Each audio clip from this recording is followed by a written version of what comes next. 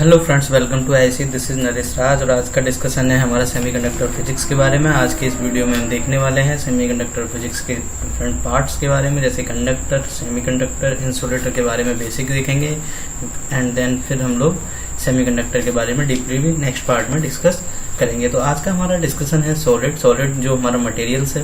As a materials जो होता है वो हमारा 3 स्टेट में होता है। सबसे first solid, liquid and gas. तो आज का हमारा डिस्कशन है सॉलिड के बारे में। सॉलिड जो होता है हमारा 3 पार्ट्स में डिवाइड होता है, कंडक्टर, इंसुलेटर एंड सेमीकंडक्टर। तो इन तीनों को हम 1 बाय 1 डिस्कस करने वाले हैं। सबसे पहले हम देखेंगे कंडक्टर क्या होते हैं। कंडक्टर एक ऐसा मटेरियल होते हैं जिसमें नंबर ऑफ फ्री इलेक्ट्रॉन्स जो होते हैं वो बहुत अधिक होते हैं एंड इसकी रेजिस्टिविटी जो होती है वो लो होती है, कंडक्टिविटी हाई होती है एंड जितने भी आपके मेटल्स हैं और एलॉय हैं वो सारे क्या होते हैं, कंडक्टर होते हैं। और कंडक्टर की सबसे फर्स्ट प्रॉपर्टी होती है कि ये करंट को इजीली फ्लो कर सकते हैं अपने थ्रू होकर के। तो एग्जांपल इसके कंडक्टर के क्या है, सिल्वर एंड ब्रास को बोलते हैं पीतल and aluminium. This is the example of the conductor. And conductor का हम टेम्परेचर को देखें तो क्या होगा, टेम्परेचर पर डिपेंड क्या होता है। टेम्परेचर बढ़ने पर रेजिस्टिविटी का मान बढ़ता है कंडक्टर के अंदर, और इंसुलेटर के अंदर टेम्परेचर बढ़ने पर रेजिस्टेंस का मान घटता है। एंड देन सेमीकंडक्टर में टेम्परेचर का मान बढ़ने पर रेजिस्टेंस का मान कभी बढ़ता है तो कभी घटता है, लेकिन मैक्सिमम क्या होता है कि इसका मान घटता है। एंड नेक्स्ट इंसुलेटर क्या होता है। इंसुलेटर में क्या होता है, नंबर ऑफ फ्री इलेक्ट्रॉन्स जो होते हैं वो नेग्लिजिबल होते हैं एंड चार्ज फ्लो जो होता है वो भी नेग्लिजिबल होता है, क्योंकि जब कोई इंसुलेटर होता है, इंसुलेटर मटेरियल होते हैं जो अपने थ्रू करंट का फ्लो नहीं करने देते हैं। मीन्स इसमें नंबर ऑफ फ्री इलेक्ट्रॉन्स क्या होते हैं, इलेक्ट्रॉन 0 होते हैं। बट ऐसा होता नहीं है, आइडियली कंडीशन में 0 होते हैं, लेकिन इसमें क्या होता है, करंट जो होती है वो फ्लो नहीं होती है एंड इसकी रेजिस्टिविटी जो होती है बहुत हाई होती है। और इसका एक सिग्मा बराबर 1/ρ, conductivity equal to is inversely proportional to resistivity. Sigma conductivity और रो जो है वो रेजिस्टिविटी है। एंड नेक्स्ट देखते हैं हम लोग इसके एग्जाम्पल क्या क्या होते हैं। एग्जाम्पल हैं आपका जैसे ग्लास भी एक इंसुलेटर यानी कि कांच जो है एक इंसुलेटिंग मटेरियल है।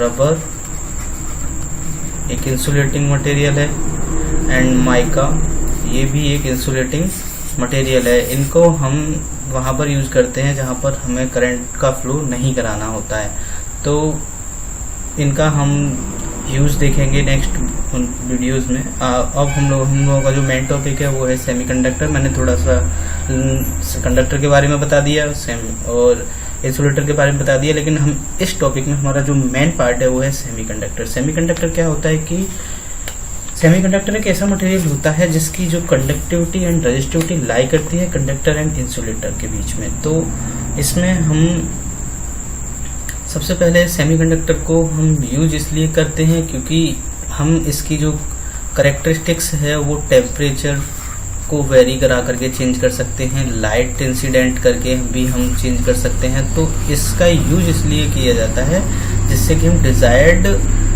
जो रिजल्ट है उसको ऑब्टेन कर सकें। तो सबसे पहले हम जो सेमीकंडक्टर है वो उसके मेन इंपोर्टेंट एग्जांपल हैं सिलिकॉन एंड जर्मेनियम।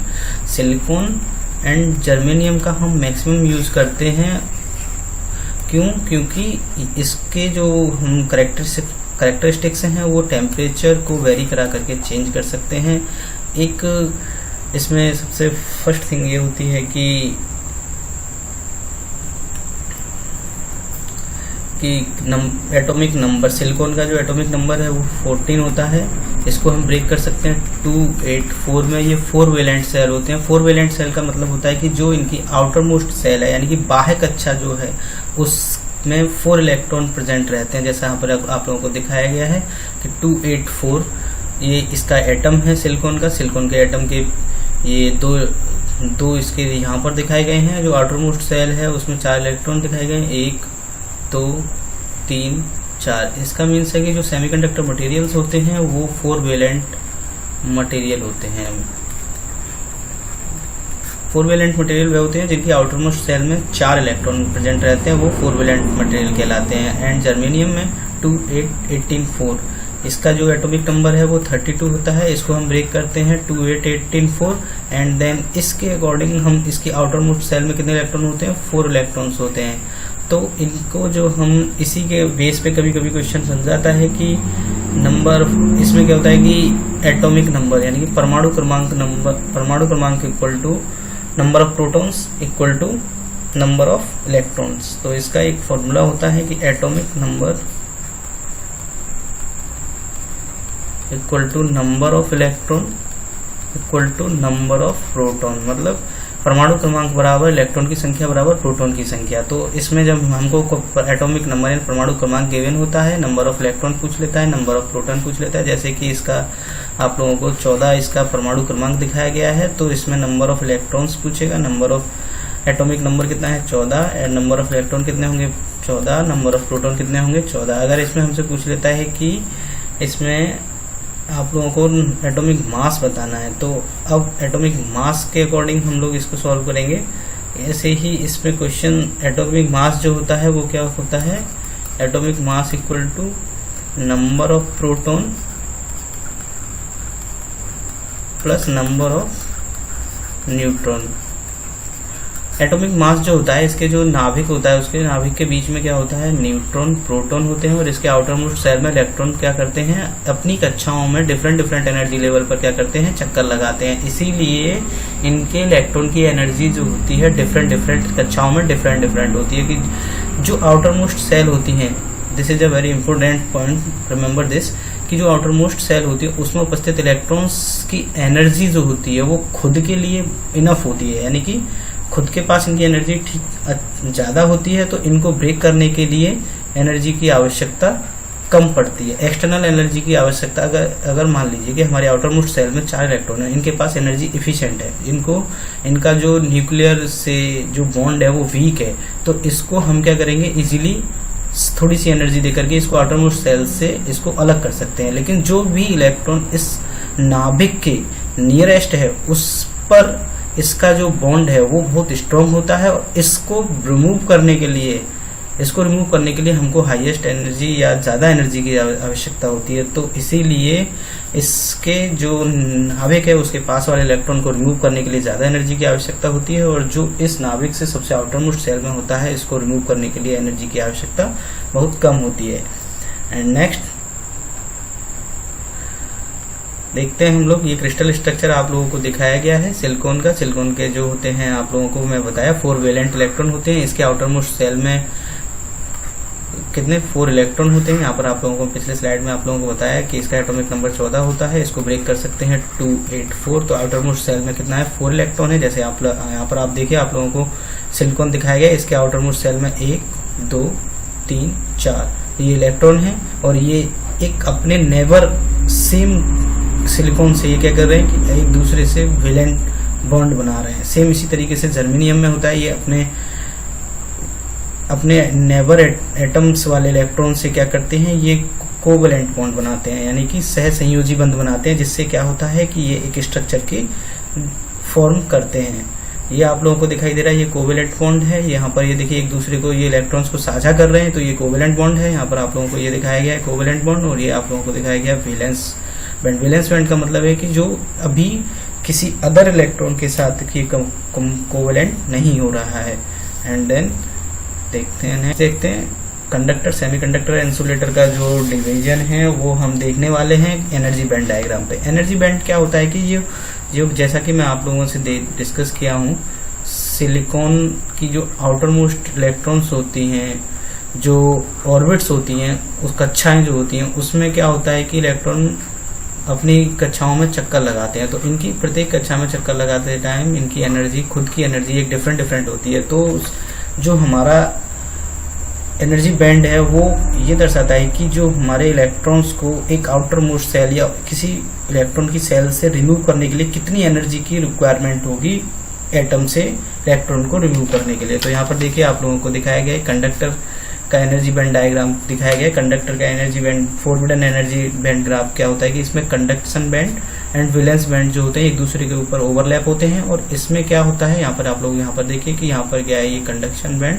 और यहाँ पर ये वैलेंस बैंड, और इसके बीच में क्या है कि ये एक दूसरे ओवरलैप कर रहे हैं। तो इनके बीच में बॉन्ड जो होता है फॉरबिडन एनर्जी बैंड गैप क्या होता है, 0 होता है।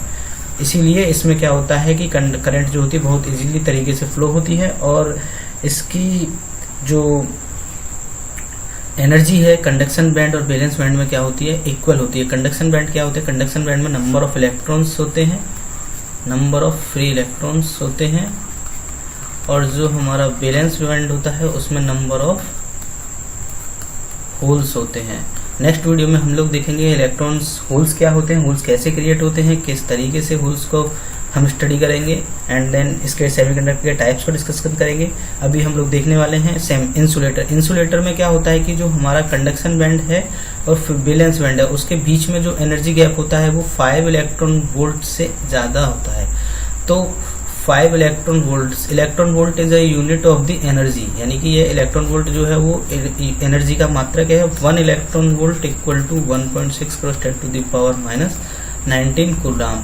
ये यूनिट होता है। क्वेश्चन कभी कभी एग्जाम में डायरेक्ट पूछ लेता है इलेक्ट्रॉन वोल्ट किसकी यूनिट है, तो आप लोग इसको ध्यान रखिए, ये आपके कंपटीशन लेवल के लिए भी बहुत इंपॉर्टेंट है। तो आप लोगों ने देखा कि कैसे हम लोगों ने इंसुलेटर का भी डिस्कशन कर लिया, कंडक्टर का भी डिस्कशन कर लिया। तो अब हम देखने वाले हैं सेमीकंडक्टर का। सेमीकंडक्टर का जो एनर्जी बैंड गैप है वो अलाई करता है किसके बीच में, कंडक्टर एंड इंसुलेटर के बीच में। तो इसका जो है वो जो बैंड गैप होगा वो 5 इलेक्ट्रॉन वोल्ट से नीचे होगा, एंड देन 1 इससे कंडक्टर की जो है इससे अधिक होगा। तो इसका जो डिफरेंट मटेरियल्स हैं उनके लिए इसका अलग अलग एनर्जी बैंड गैप होता है। तो सिलिकॉन का जो एनर्जी बैंड डायग्राम होता है, बैंड गैप होता है वो 1.12 इलेक्ट्रॉन वोल्ट होता है, और जो आप लोगों का जो जर्मेनियम का जो होता है एनर्जी बैंड गैप जो होता है वो कितना होता है, 0.72 इलेक्ट्रॉन वोल्ट होता है। मतलब जो एक इलेक्ट्रॉन है उसको आउटर मोस्ट सेल या को निकालने, इलेक्ट्रॉन को आउटर मोस्ट सेल से निकालने के लिए 0.72 इलेक्ट्रॉन वोल्ट एनर्जी की आवश्यकता होगी इन जर्मेनियम, एंड इन सिलिकॉन में 1.12 इलेक्ट्रॉन वोल्ट एनर्जी की आवश्यकता होगी। सेम इसी तरीके से गैलियम आर्सेनाइड एक 3rd 5th जो रेगेंड है, इसका मैं आप लोगों को बताऊंगा कि ये किस तरीके का है नेक्स्ट वीडियो में आप लोगों को। बट इसका ध्यान रखिए, इसको हम एलईडी बनाने के लिए यूज करते हैं गैलियम आर्सेनाइड को, और इसका जो एनर्जी बैंड डायग्राम होता है वो 1.41 इलेक्ट्रॉन वोल्ट होता है। तो आप लोगों ने देखा कि कैसे हम लोगों ने कंडक्टर को डिस्कस किया, इंसुलेटर को डिस्कस किया, सेमीकंडक्टर को डिस्कस किया, और इसमें सेमीकंडक्टर को समझने के लिए मैं थोड़ा सा जो बेसिक है वो कंडक्टर का समझाया है, इंसुलेटर का समझाया, एंड देन इस सेमीकंडक्टर को रिलेट कराया आप लोगों के कंडक्टर इंसुलेटर से। तो इसी वीडियो के नेक्स्ट पार्ट में हम लोग डिस्कस करने वाले हैं सेमीकंडक्टर क्या होते हैं, सेमीकंडक्टर के टाइप्स कितने हैं, and then we will see that intrinsic semiconductor क्या होता है, एक्सट्रिंसिक सेमीकंडक्टर क्या होता है, और नेक्स्ट वीडियो में एक फैक्ट का डिस्कशन करने वाले हैं।